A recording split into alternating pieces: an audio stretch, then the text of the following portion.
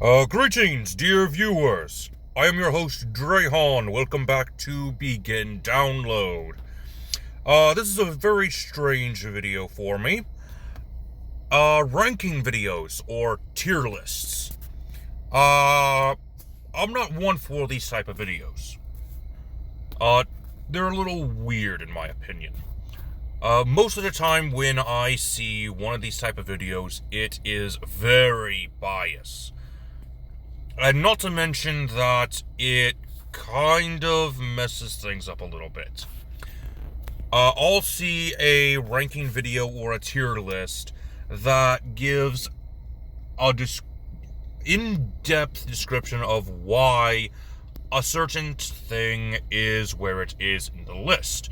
Like, say, I tell you the reasons why root beer is the second best soda in the world and how it beats every other soda, including Pepsi. And how it would dominate in stores based off of my root beer consumption. And then I turn around and say Pepsi is the best soda to purchase because it tastes good. I don't like it when people do that. It's stupid, wrong, and it goes against everything they had just set up in their tier list ranking video. So normally I wouldn't do those. I did do a top 5 listing a while back for fizz bands, 2 different videos.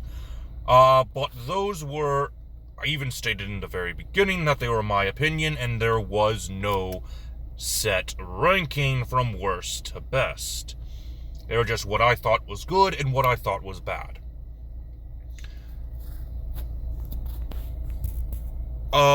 Today I am doing a tier list video for spellcasters, and the reason why I'm doing this is because I was inspired by a user over on Twitter known as the Red Worm.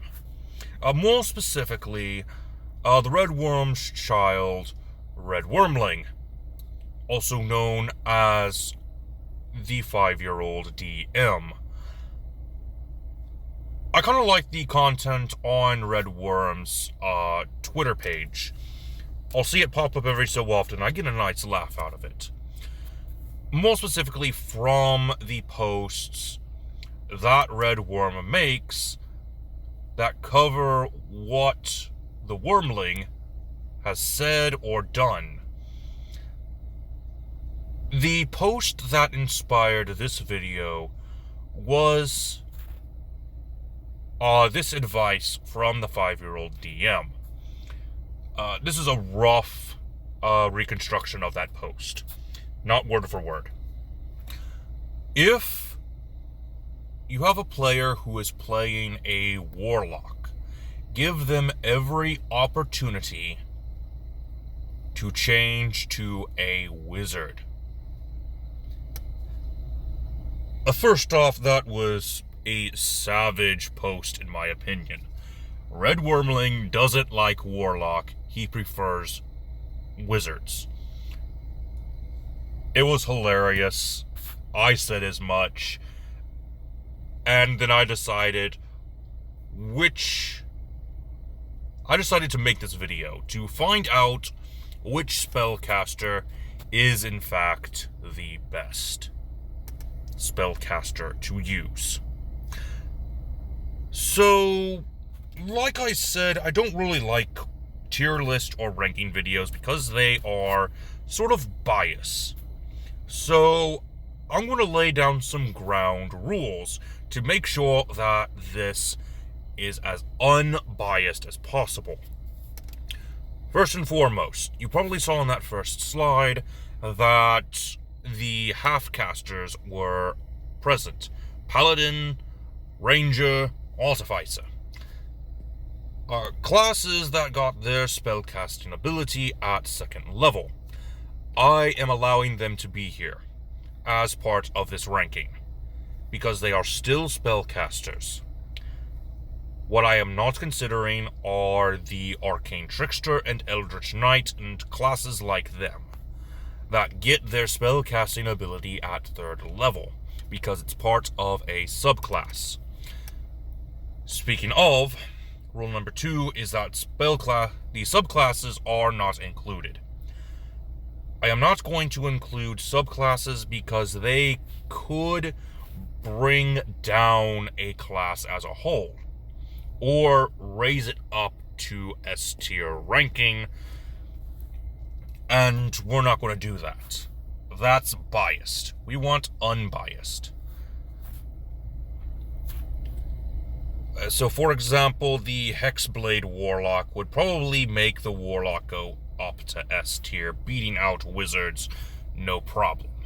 While the Oath of Redemption Paladin would just annihilate the Paladin from the ranking list, making it an F tier ranking. So we're not doing that. We're not considering any subclasses. Also, the class needs to be good as a standalone class. No multi-classing for this video. Also, no feats and no racial support. And finally, no outside material from the core. So, Player's Handbook, Tasha's, that's it. No homebrew, no unearthed arcana, no third party, and no partner companies. We won't include it. It's gotta be official Dungeons & Dragons material. So with that being said, let's get on to the next part of the criteria. We need to keep this as unbiased as possible. So I have set up criteria for each rank. That's why we know why a class is going to be there. So I'll go ahead and explain each of the criteria. Spell access. How many spell levels do we have access to? From cantrip to 9th level. Do we have all of them, like with the wizard? That's a 10 out of 10. Do we have only access from 1st level to 5th level? That's only a 5. It just depends on what is accessible. How high the ranking can go. Could be a 5, could be a 6, or could be an absolute 10. Hit dice and hit point maximum. For this, we are considering that the Constitution modifier is a +0. So our starting hit points, which is a maximum of 1d10 because of the Paladin and the Ranger, will be considered. This would mean that weaker spellcasters like the wizard would only get a 6 at a minimum. So not too bad on the ranking. It'll hurt a little bit, but not too much. Support capabilities. Support capabilities would be how good of a healer, how good of a ally buff, an enemy debuff, being able to revive a companion, or I don't know, what's another good one? Just doing something that helps the group, being a support class, like spellcasters are usually meant to be. Armor class. Once again, considering that a Paladin can use plate armor and a shield, a maximum of an AC of 20 is going to be part of this criteria. Now, some classes could get over that mark very easily, and that will be taken in consideration as well as an overflow, which won't hurt, and it probably won't be too much of a help. because of some of these other criteria. Campaign diversity.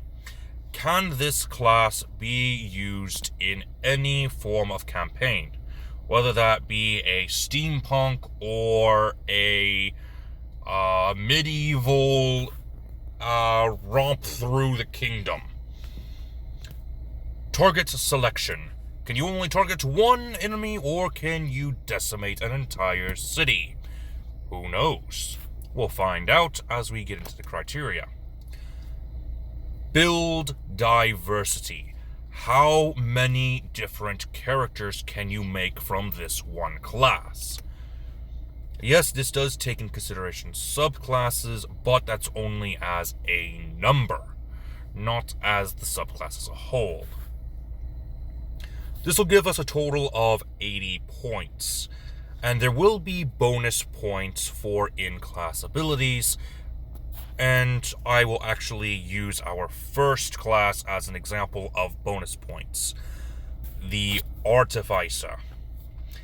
Unfortunately, this class is a B ranking. And you're going to see why here in just a... You actually can see why right now, but I'll go over it here in just a second. Artificer, in my opinion, is a very good class, and probably would have gotten a higher ranking if I was going off my opinion. But I am not. I am only going off of the Artificer as a whole, and as I stated in the criteria. We get access to cantrips and up to 5th level spells. So our spell access is a 6 out of 10. Our D8 hit die kinda helps us out a little bit. We don't have too many support capabilities because of how little spells we have access to. Some of our subclasses do help, but again, we're not considering them for the purposes of this video.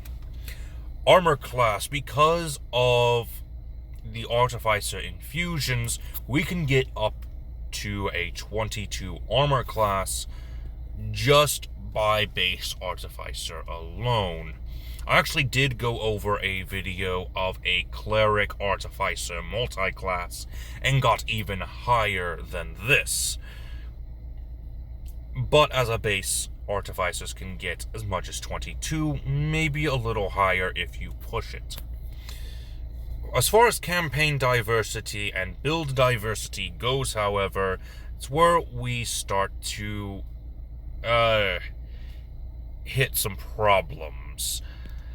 As the Artificer is pretty specific. It's very dependent on your Dungeon Master. Your Dungeon Master could just outright say no to an Artificer because of its implications. Technology in a quote-unquote medieval setting is a bit overpowered in some cases. That's not to say there wasn't technology. There very much was. Gunpowder was invented roughly the same time as plate mail was. So it makes sense to have artificers in that era. But some dungeon masters will probably just say no to the Artificer outright, even if a campaign could indeed have an Artificer. So this is very DM dependent, and also we have very few subclasses to work with. So a diverse build is almost impossible. Sure, you can reflavor them, but that's still not really enough for diversity. And target selection, while you do have a decent target selection, you can't exactly wipe out a city with an Artificer unless you get real creative. And, of course, get your DM's permission. Your target selection really is just a small army at best. Now, that's not to say that the Artificer is outright bad. The bonus points actually come from the infusions and some of the spells that Artificers can get access to. Even some of the abilities such as Flash of Insight, no, not a Flash of Insight, Flash of Genius, and Tool Expertise, and all those great abilities from the Artificer that help it succeed as a class. But it doesn't really help it succeed as a magic caster. That actually comes from the ability to increase the number of magic items you are able to attune to, as well as being able to create your own magic items, which can in the long run make you a good spellcaster. However, as a whole, the Artificer is sort of lacking as a spellcaster.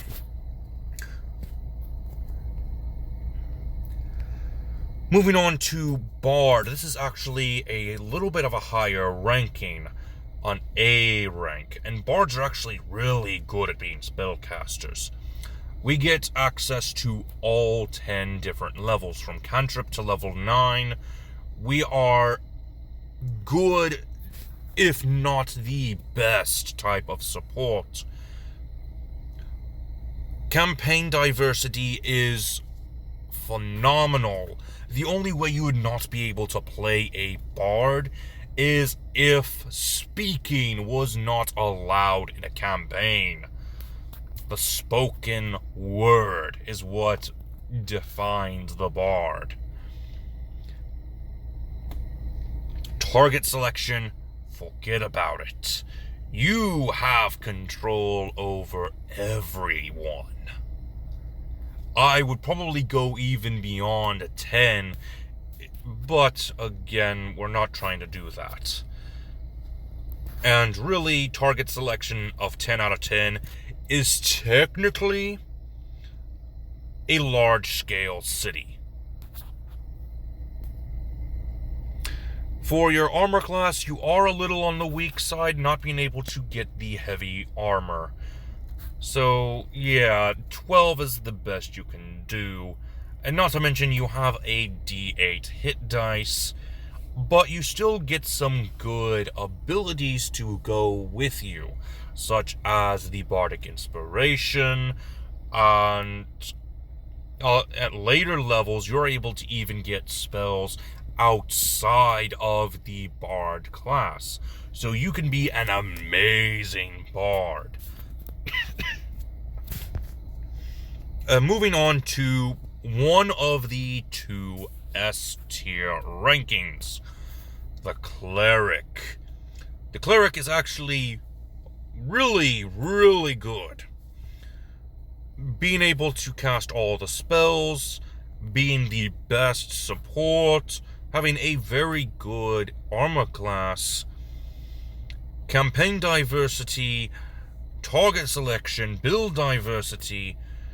I mean, not only do you have access to the different domains, but you also have access to multiple gods that have access to those domains. So yeah, Cleric is an S-tier ranking, and not to mention that some of the class features that you can get from just a regular Cleric are phenomenal, especially that Divine Intervention. So that classifies Cleric as an S-tier ranking, along with the Druid, though a little bit more so because of how complex a Druid can be. Once again, having access from all spells from cantrip to 9th level, having good support capabilities, if not the best. It is basically the backup healer, but it has much more to offer. Though the only thing that hurts the Druid is the build diversity. You are in long term just a tree hugger, quote unquote. You love nature. But that doesn't mean that you aren't still a good spellcaster. In fact, the wild shape feature is actually what defines the druid and makes it that much better. You can go beyond your normal hit points or armor class thanks to the wild shape feature. Even some of the spells you have access to could make you even more powerful. You could become as powerful as a Tarask if you so desired. In fact, you probably could become a Tarask, given the DM's permission, of course. Moving on to our second half-caster, the Paladin. Unfortunately, a B-class spellcaster. You only get access to 1st through 5th level spells, only being able to have access to 2 cantrips if you pick a certain fighting style. Though you do have the maximum number of hit points possible at 1st level, as well as having decent support capabilities and a really good armor class thanks to your Shield of Faith spell. Not to mention, you are very good at having a campaign diversity. Build diversity, however, is a little bit limited, because all in all, you are technically the knight in shining armor. The main diversity is how you act in the world. And with target selection, you can probably target a few extra people, but not really that much. Though your bonus points coming from your Divine Smite feature really does help you, especially some of the other abilities you can use. Moving on to the next class, and probably no one's surprise, Ranger is the bottom of the tier list at C tier. While you are very good at spellcasting, even being able to target small armies with abilities such as the Cordon of Arrows or Conjure Barrage, you are still limited in certain areas. In fact, you have very little support capabilities. If anything, the Ranger is a better melee combatant, or martial combatant rather, than a spellcasting combatant. Moving on to Sorcerer at a ranking. The Sorcerer has a lot of good capabilities.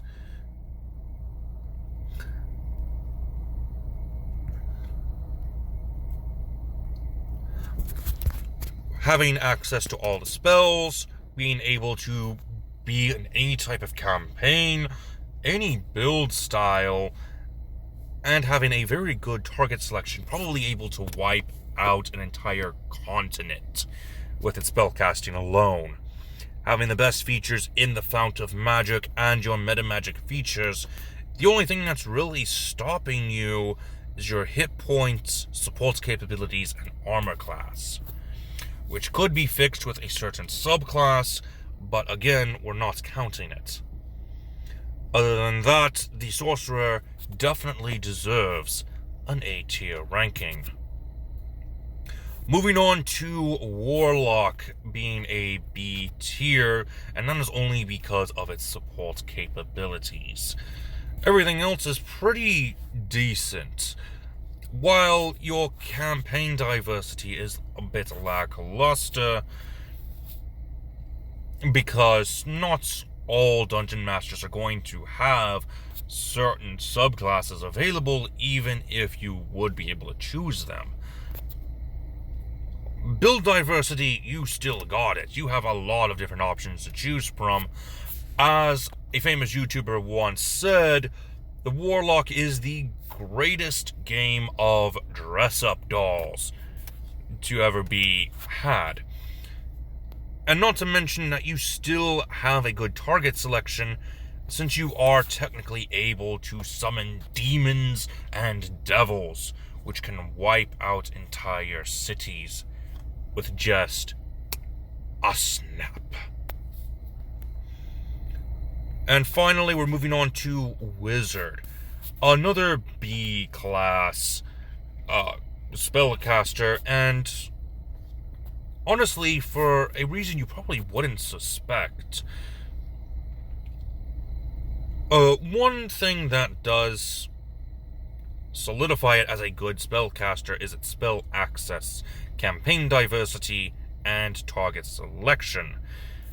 It doesn't really get that good of an armor class. The best it can get is using mage armor and possibly even the shield spell. Your support capabilities are pretty high, though you cannot heal. You can give some temporary hit points, and you do have a very low hit die. The part that really hurts you, however, is the build diversity, because, well, you have a lot of different subclasses, but what hurts you is your spell book, because that's how you have your spells. That's what you have access to. At the end of the day, you are dependent on the color of your robe.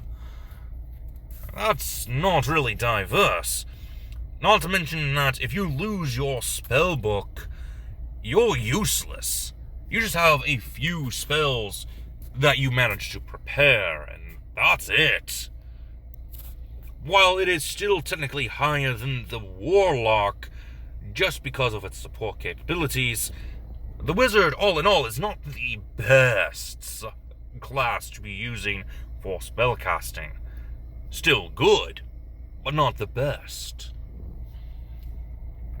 And with that, that is the end of this video. I'm sure everybody has probably thought that certain classes would be in certain rankings, and some of you are probably surprised at where certain classes landed. So, how did this ranking video do?